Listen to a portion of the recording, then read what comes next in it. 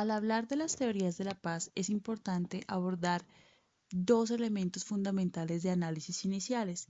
El primero es el triángulo de la violencia.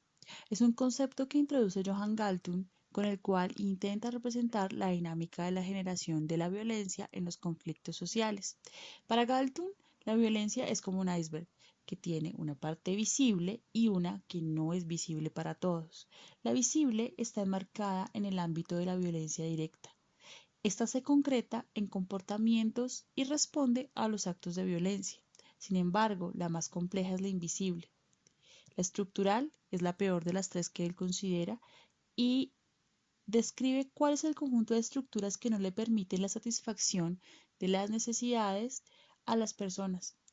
Esto se concreta precisamente en la ausencia de los recursos y en la negación de los elementos fundamentales para una vida digna del ser humano. La tercera es la violencia cultural, la cual crea el marco que legitima la violencia y que concreta las actitudes. Pensemos en un ejemplo.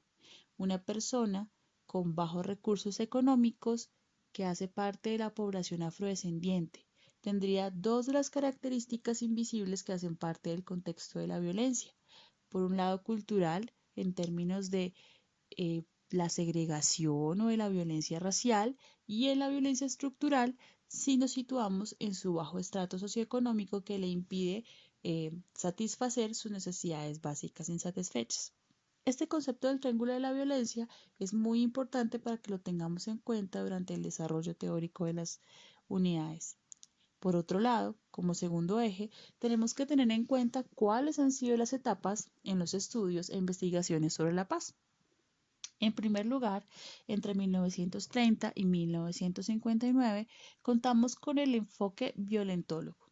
Este enfoque se dedica al estudio científico de la guerra, donde el enfoque de la paz es negativo, es decir, la ausencia de una violencia directa, y se da el surgimiento de la polemología, que es finalmente el estudio de la guerra entre estados.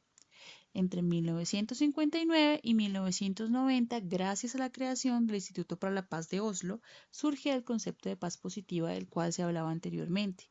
Este hace énfasis en la justicia y el desarrollo, dando lugar a la satisfacción de necesidades, de seguridad, de bienestar, de libertad, de identidad, entre otras tantas.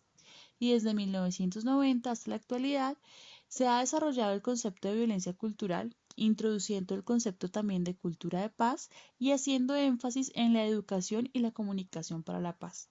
Aquí tenemos la perspectiva central de la paz en el marco de la búsqueda de nuevas epistemologías y metodologías.